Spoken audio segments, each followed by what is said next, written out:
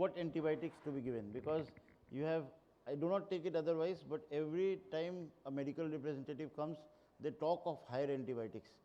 And frankly speaking, in the West, we are trying to lower the antibiotics. Good hygienic conditions, good theatre discipline, and lesser of antibiotics. So he would just say what is the trend, because in England we used to give only 3 doses of antibiotics, and that too simple augmentin, amoxiclav, clavulanic acid, that's it. In India we are having the trend of giving 5 days IV antibiotic or 3 days. I don't know what is the protocol, but I would like to, since a paucity of time, there is a paucity of time, he would highlight what are the recent trends and how should we go about the basic things. We should not be carried away by the good people, company people. Yes, we should start off with Pibzo and piperacillin and tazobactam and all those things. So, Dinkar, can you please speak a few words? And if any input from the honorable faculties, I would like to be, we all will be delighted. Thank you. Thank you, sir. Good afternoon all. My name is Dr. Dinkar Rana. I'm an orthopedic resident at Anup Institute of Orthopedic. Today, my presentation will be on prophylactic antibiotics in hip and knee arthroplasty. So there are some common questions. What antibiotics to be used? How many doses to be given? Is it justified for the prolonged administration? What more can be done along with antibiotics? So the goal of surgical prophylaxis is to decrease the bacterial burden over the surgical site, not to sterilize the patient. All infection can not be prevented by the only the use of antibiotics. Surgical site infection surveillance services that was done in Britain reported overall infection rate of about 2.23 in association with total hip arthroplasties. There was a history. Foselberg et al. Compared a group treated prophylactic with penicillin preoperatively, postoperatively, and intraoperatively over a period of 5 days. In that, prevalence of infection was noted about 1.7% in the treated groups, and in control group it was 8.9%. But apparently, during that period of study, author also noted the increase of prevalences of the penicillin-resistant Staphylococcus aureus in majority of the orthopedic wound infections in their hospital. In first year, it was around 10%, and second year it was 31%, and after that it increased to 60% in third year. Sir John Charnley also investigated the effects of air contamination and surgical team contamination in the operative rooms, while purposely avoiding the use of prophylactic antibiotics to allow the aseptic techniques. It was found to have reduced infection rates associated with the hip arthroplasties from 7% to 0.5% in 1970. So common causes of surgical site infection, as we all know, gram-positive organisms are the most common group of bacteria causing the infections, in which Staph aureus and Staph epidermidis are the major ones.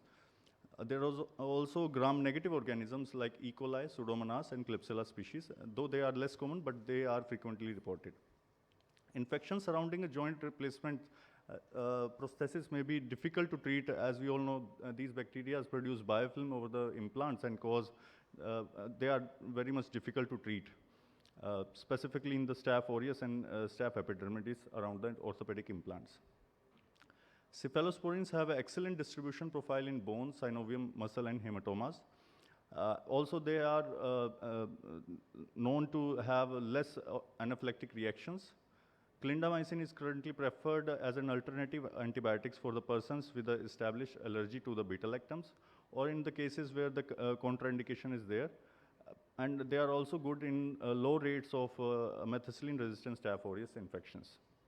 Vancomycin is a large tricyclic glycopeptide molecule that has been historically been used for the first-line treatment of methicillin-resistant Staph aureus infections. Recommended doses will be based on the body masses. It is around 10 to 15 milligram per kg, up to the limit of 1 gram after the KFT reports. Adult doses of the cefuroxime is 1.5 gram. For cefazolin, the recommended dosage is 1 gram for the a patient which is less than 60 kg, 2 gram for the patient weighing from 60 to 120 kg, and 3 gram for the patient weighing more than 120 kg. Vancomycin should be administered at 15 milligram per kg. The most important point is that we should be more focused toward the weight of the patient. Failure to maintain the tissue concentration of a drug above the minimum inhibitory concentration increases the risk of wound infection. So antibiotic doses may be repeated along if the procedure is long. American Association of Orthopedic Surgeons have recommended three points, in which first was cefazolin and cefuroxime are preferred antibiotics. Vancomycin should be reserved for the patients with the serious infection with the beta-lactam resistance organisms. Second, they have recommended that timing and the dosage of antibiotic administration should be optimized. It should be given 2 hours before the incision of the surgeon.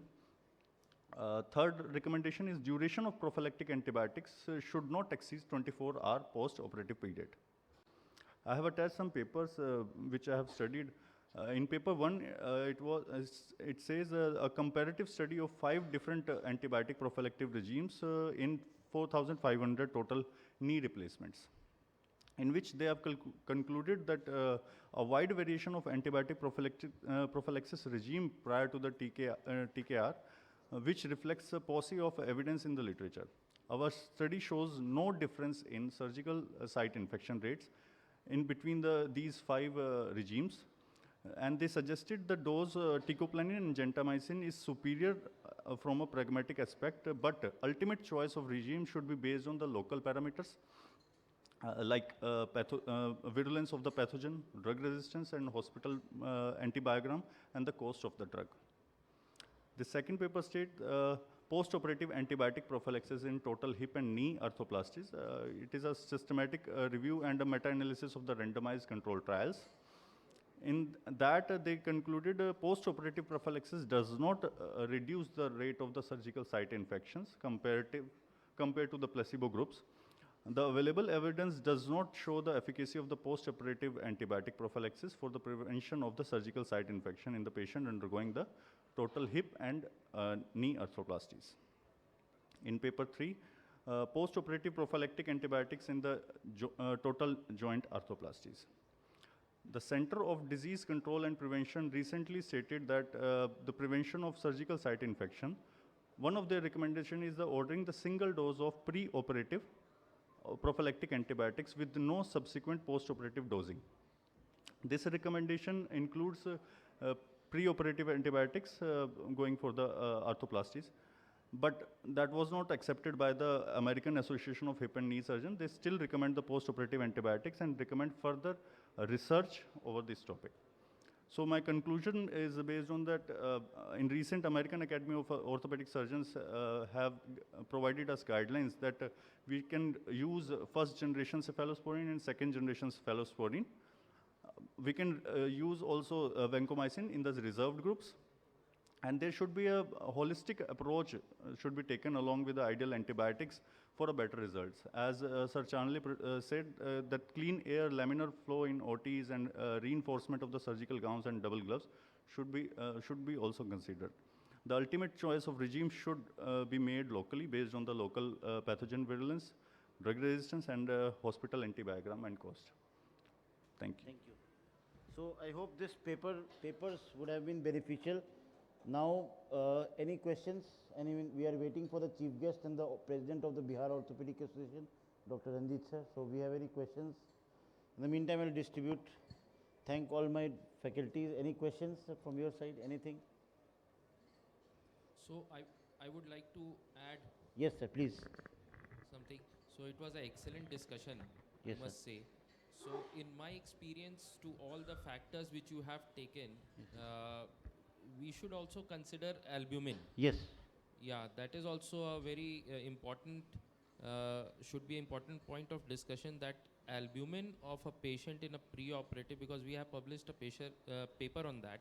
Yes, sir. That albumin pre-operatively and post-operatively with the wound discharge, many of us find that there is a serous discharge in our post-op dressings on the day 2 or 3. And we have published a paper which shows that how we have examined that discharge as a transudate or a exudate.